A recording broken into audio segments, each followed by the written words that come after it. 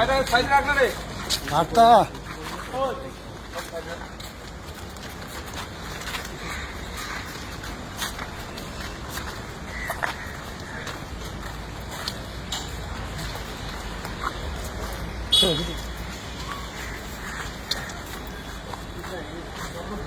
হ্যাঁ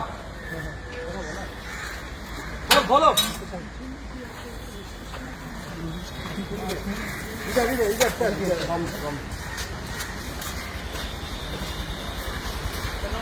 ভালো আছে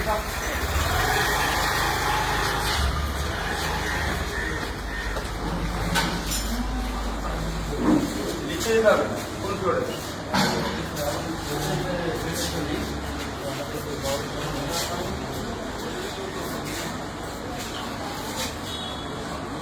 কোন ফ্লোরে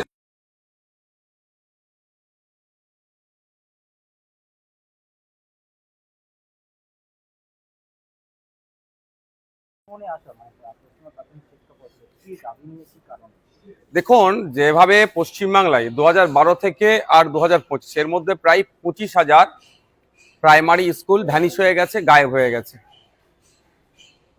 চারটিখানি বিষয় নয়। এই স্কুলে কারা পড়ে?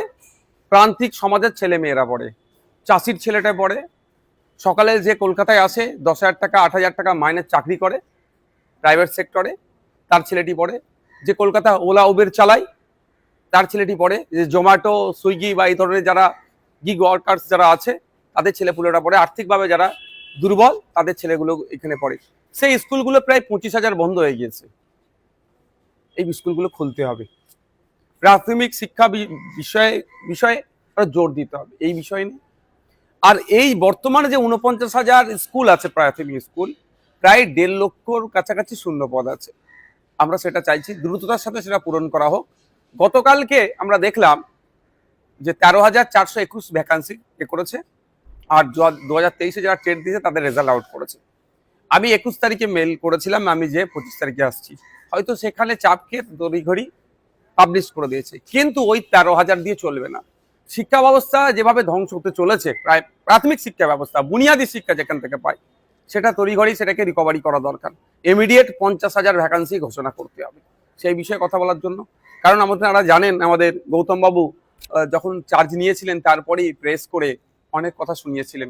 ভালো লেগেছিল আমাকেও ভালো লেগেছিল। কারণ আমি যখন আমার ইউনিভার্সিটির বন্ধুরাও এখন অনেকে চাকরি পায়নি, ওরা বিভিন্ন প্রিপারেশন নিচ্ছে, তাদের কথা অন্তত ভেবেছিলাম যে বছরে বছরে নিয়োগ হবে, বছরে দুবার নিয়োগের গল্প শুনিয়ে উনি বলেছিলেন 50,000 রেড সিট ভ্যাকান্সি রেডি আছে, শুধু অনুমোদনের অপেক্ষা। সেগুলি জানতে এসেছিলাম, কিন্তু আজকে দেখলাম যে ওনাকে পেলাম না, উনি আজকে নাই। কালকে রাত্রে প্রায় 12টার কাছাকাছি 11টার পরে একটা মেল করছেন যে উনি থাকতে পারছেন না। তো রাত অফিসিয়ালি ওই টাইমে স্বাভাবিকভাবে মেল হয় না।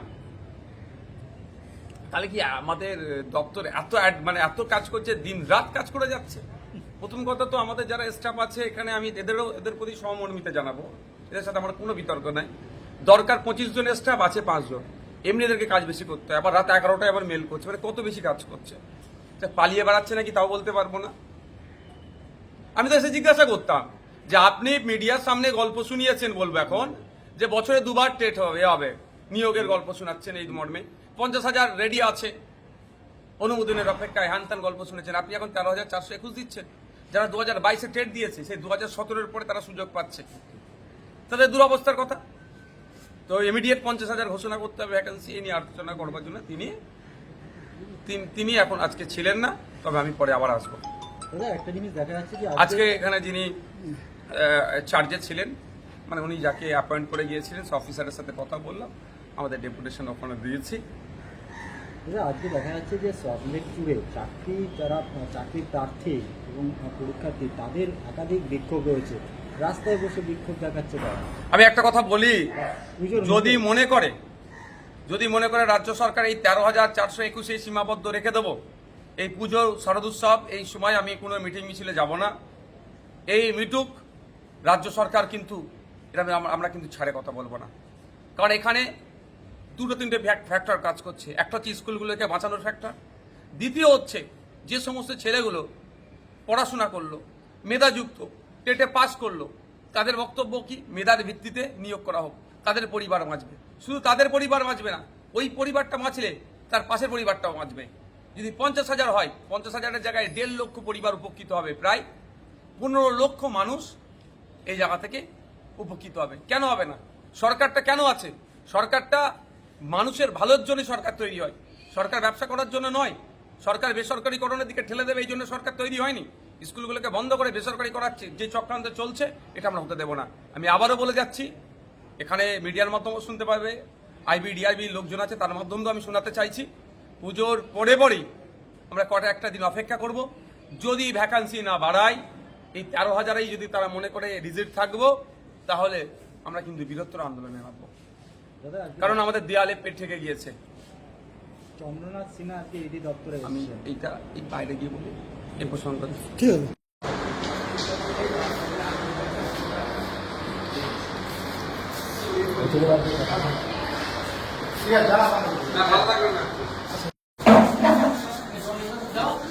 জল দিয়ে দেন না লাগবে না।